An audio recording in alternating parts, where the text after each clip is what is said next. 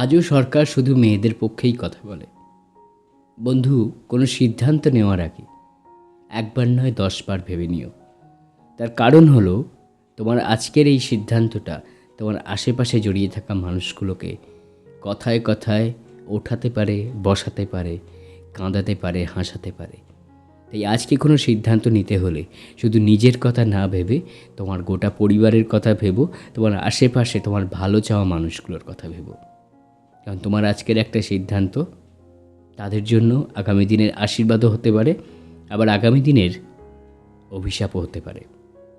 এই কথাগুলো জ্ঞান মনে হলে শোনো না, কিন্তু আজকে এমন একটা ঘটনা বলবো যে ঘটনাটা তোমার পাশের বাড়ির হয়তো ঘটনা, কিন্তু তুমি সেটা দেখোনি। পরের দিন এই সেম ঘটনাটা তোমার পরিবারেও ঘটতে পারে, তোমার সঙ্গেও ঘটতে পারে। তো সেটার থেকে সিকিওর যদি হতে চাও, সেটা না ঘটুক যদি চাও, তাহলে অবশ্যই ঘটনাটা শোনো, একটু সময় নষ্ট করে, আর বাকি জীবনটা একটু সাবধানে চলো। যে ঘটনাটা আমাকে শেয়ার করেছে সেই ব্যক্তি, সেই জায়গা এবং ব্যক্তির নামটা উজ্জ্ব রেখে শেয়ার করতে বলেছে, তাই আমি সেটাই শেয়ার করছি। তো একটি ছেলে ছিল যে কিনা খুবই মধ্যবিত্ত ঘরের ছেলে। মধ্যবিত্ত ঘরের ছেলে হওয়ার একটা বড় উদাহরণ বা বড় কারণ হলো আমাদের আজকের এই সোসাইটি। কারণ সোসাইটি, যে সোসাইটিতে আমরা জন্মগ্রহণ করছি, সেই সোসাইটির লক্ষ্যই থাকে যে আমরা সবাই যেমন তেমন থাকব। খুব উচ্চবিত্ত সোসাইটিতে একটা মধ্যবিত্ত মানুষগুলোও একটা সময় সে উচ্চবিত্ত হয়ে যায়, কিন্তু একটা মধ্যবিত্ত পরিবারে যদি একটা উচ্চবিত্ত সোসাইটির মানুষ এসে পড়ে, তাহলে কিছুদিন পর তার অবস্থা মধ্যবিত্তই হয়ে যায়। তো মধ্যবিত্ত মেন্টালিটিরই একটা কথা বলছি। একটি ছেলে খুব মধ্যবিত্ত পরিবারে জন্মগ্রহণ করে, যেখানে বাড়তি কিছুই হয় না। সে শখ, আহ্লাদ, খিদে কিছুই থাকতে নেই মধ্যবিত্ত পরিবারে। তো ছেলেটি সেখানে জন্মগ্রহণ করে, খুব কষ্ট করে বড় হয়, নিজেকে তৈরি করে, প্রতিষ্ঠিত করে এবং একটি এসএসসির চাকরিও জোগাড় করে বহু কষ্টে।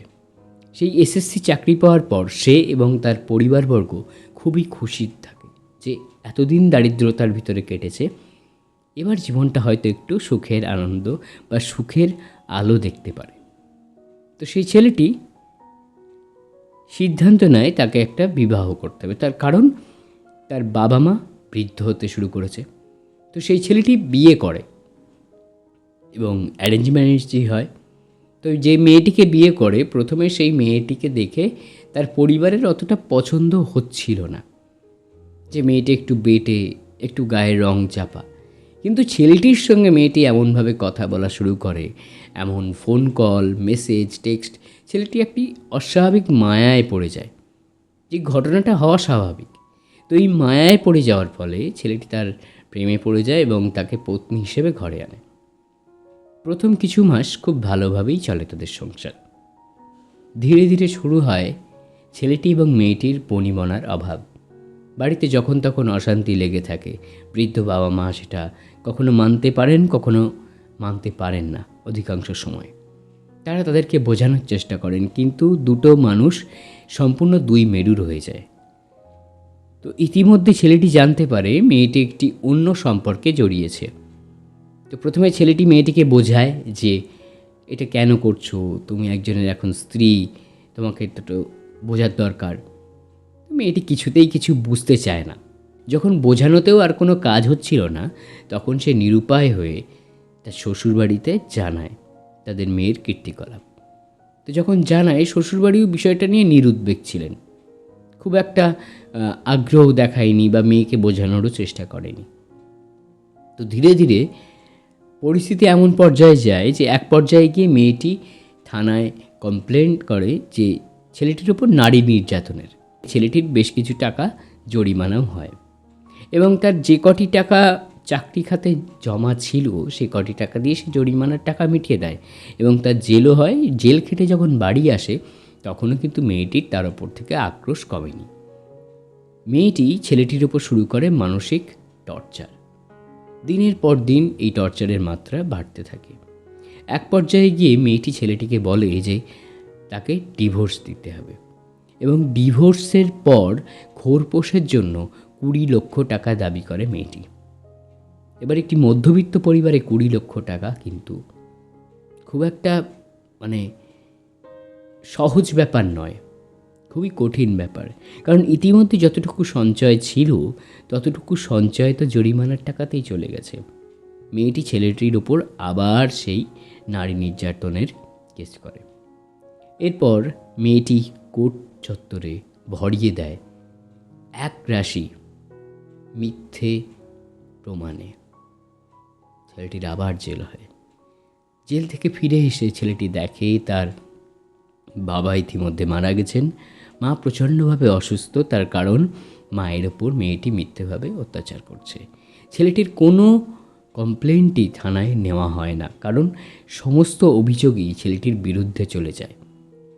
এবং এক পর্যায়ে সে ছেলেটি এই সমস্ত অত্যাচারের থেকে মুক্তি পেতে তার স্থাবর অস্থাবর যত কিছু ছিল সমস্ত কিছু বিক্রি করে মেয়েটিকে মুক্তিপণের 20 লক্ষ টাকা দিতে বাধ্য হয়।